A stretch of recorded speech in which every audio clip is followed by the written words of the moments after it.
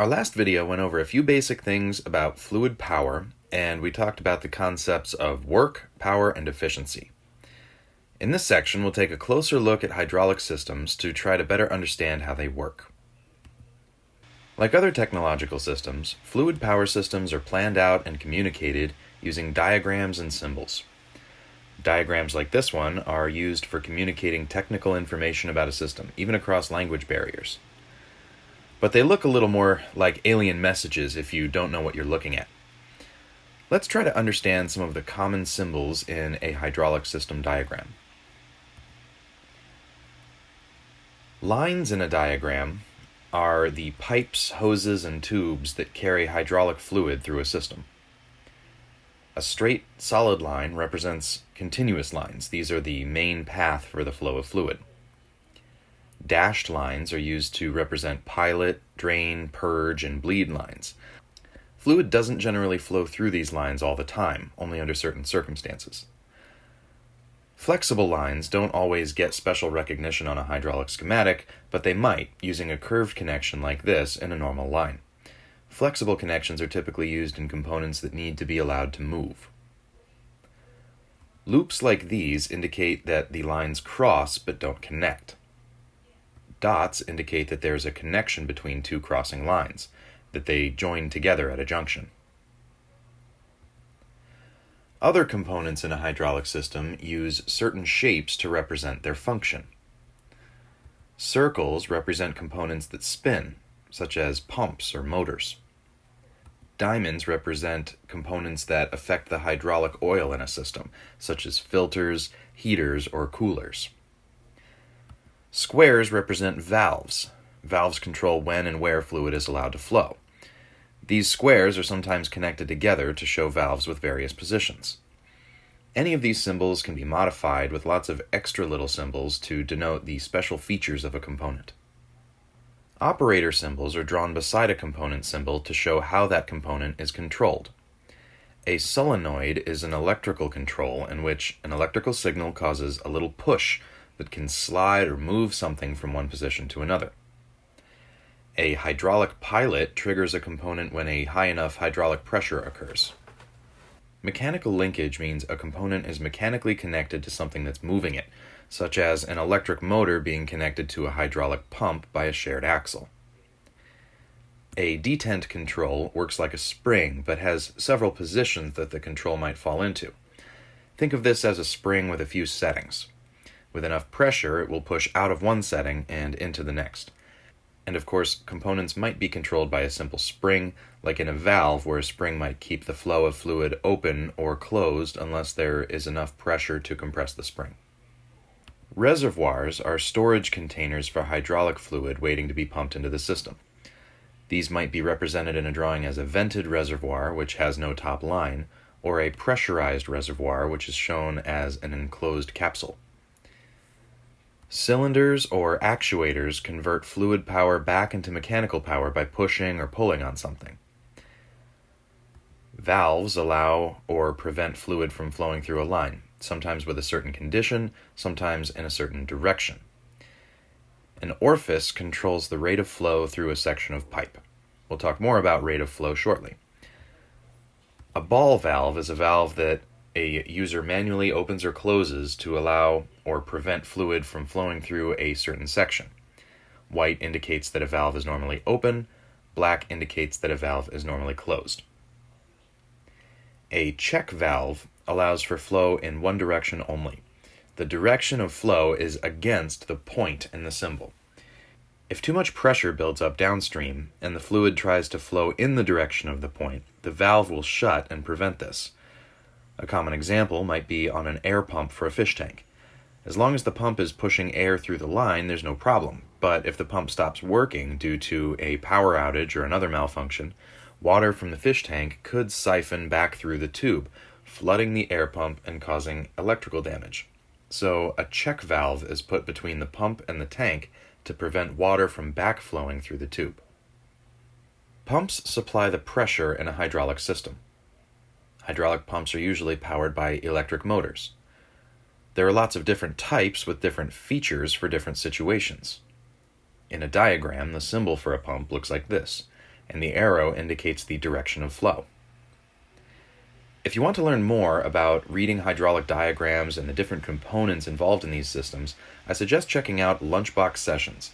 This site is a great resource for anyone looking to learn more about hydraulic power. In the last lesson, we talked about power and mentioned rate of flow and pressure as key components to power in a hydraulic system. Let's explore those concepts a bit further. Once again, hydraulic power is equal to the rate of flow multiplied by the absolute pressure.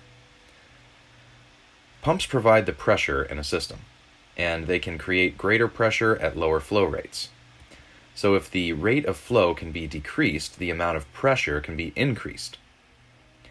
Like an electrical system, a fluid power system experiences resistance. All of the points of resistance in series within a system, such as long runs of pipe, elbows, T's, or other junctions, contribute to the total system resistance. Here we see a pressure gauge reading 1400 psi.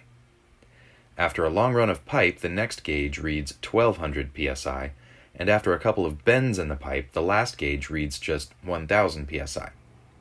So, although fluid power systems have the advantage of being able to deliver power great distances from where the power is generated, there is a trade-off to traveling too far from the source. And if the pressure drop within the system is too great, an extra pump might be required to repressurize the system. The rate of flow is the volume of fluid that moves through a system in a given period of time. Flow velocity is how fast the fluid is going. It's the distance the fluid travels through a system in a given period of time. In formulas, Q is used to represent flow rate, and is typically measured in gallons per minute, though it could be measured in any unit of volume per unit of time, such as cubic inches per minute. Lowercase v represents flow velocity in FPS, which is feet per second, or in inches per minute. Capital A represents area, which is the cross-sectional area of the inside of the pipe or tube that the fluid is flowing through. The rate of flow, Q, is equal to the flow velocity, V, times the area, A. Flow makes the operation of actuators possible. This diagram shows a vented reservoir filled with fluid. The blue fluid is unpressurized. The red fluid is pressurized. The circular symbol shows a pump, powered by an electric motor, which draws fluid up from the reservoir and pressurizes it.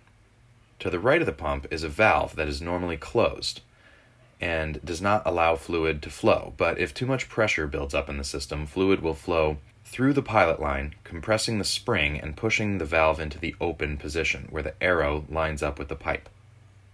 This will bleed off the excess pressure back into the tank. Further to the right is a valve with 3 positions. Normally, the valve is in the center position as shown here, and it's held there by springs on either side that keep it in this normal position. It directs the pressurized fluid straight back to the tank. However, if we wanted to extend the cylinder, we would need to direct pressurized fluid into port B to push the shaft of the cylinder outward. While the valve is held in the center position by springs on either side, an electrical solenoid on one side or the other can be used to push the valve into one of its 2 other positions. With the valve in this position, pressurized fluid flows into port B, extending the cylinder.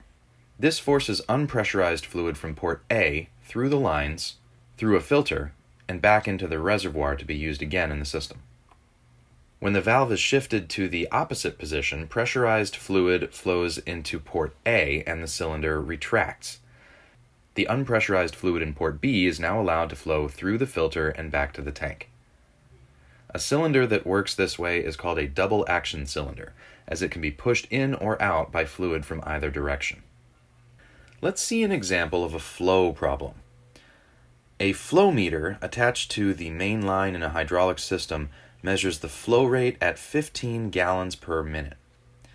The line has an inside diameter of 2 inches. What is the flow velocity at the meter? First, let's list what we know and what we don't. We know that the rate of flow, Q, is 15 gallons per minute. We know that the diameter of the pipe is 2 inches. and we're asked to find the flow velocity, v. To do this, we'll also need to calculate the cross-sectional area of the pipe. First, let's convert 15 gallons per minute into cubic inches per minute so we can work in like terms. There are 231 cubic inches in 1 gallon, so if we multiply 15 gallons per minute by this conversion factor, then our rate of flow becomes about 3,500 cubic inches per minute. We'll keep using the unrounded value for the rest of our calculations. Now let's find the area of the pipe cross-section.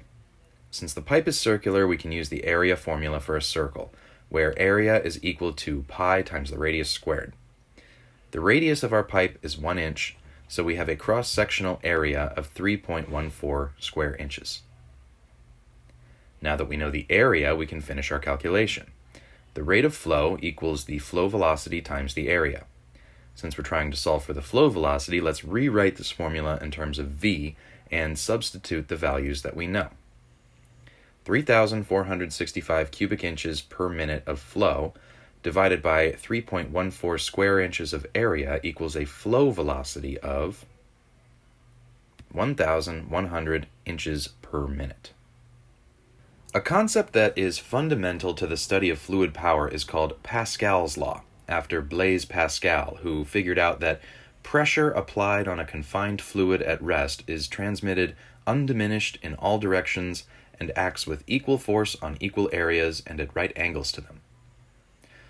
To understand this a little better, take a look at this container filled with liquid.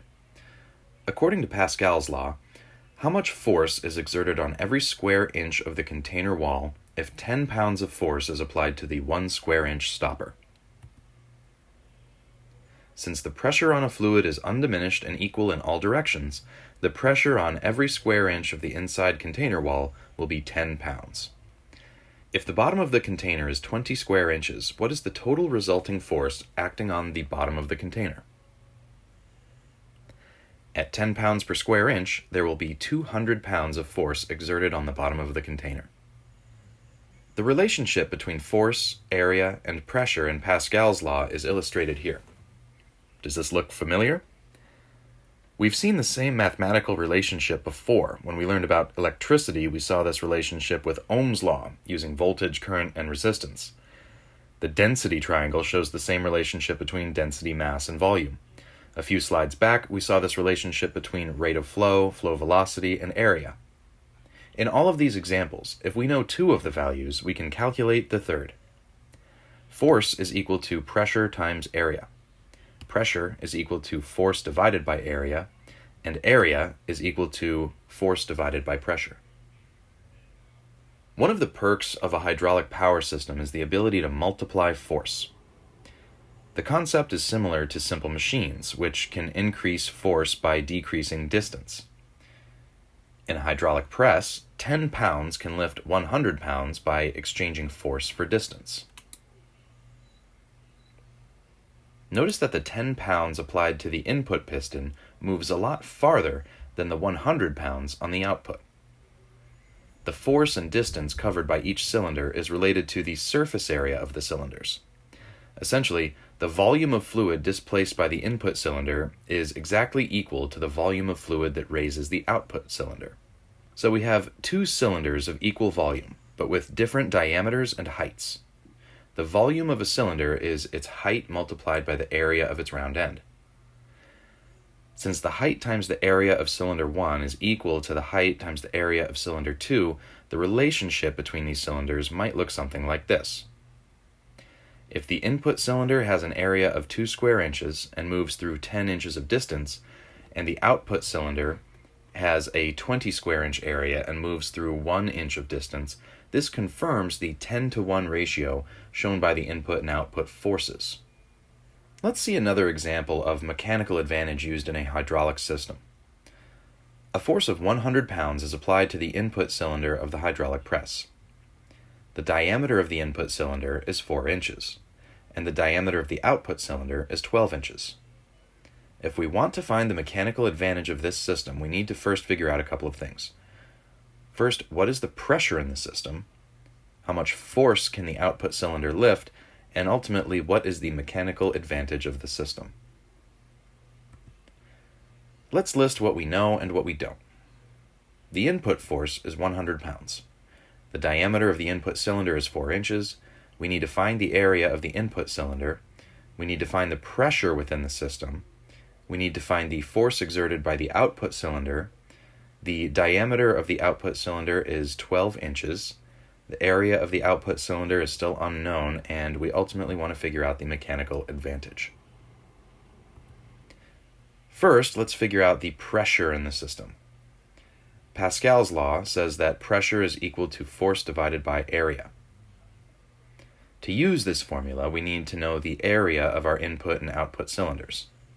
Using the area formula for a circle and the 2-inch radius of our input cylinder, we find the area of our input cylinder to be 12.6 square inches.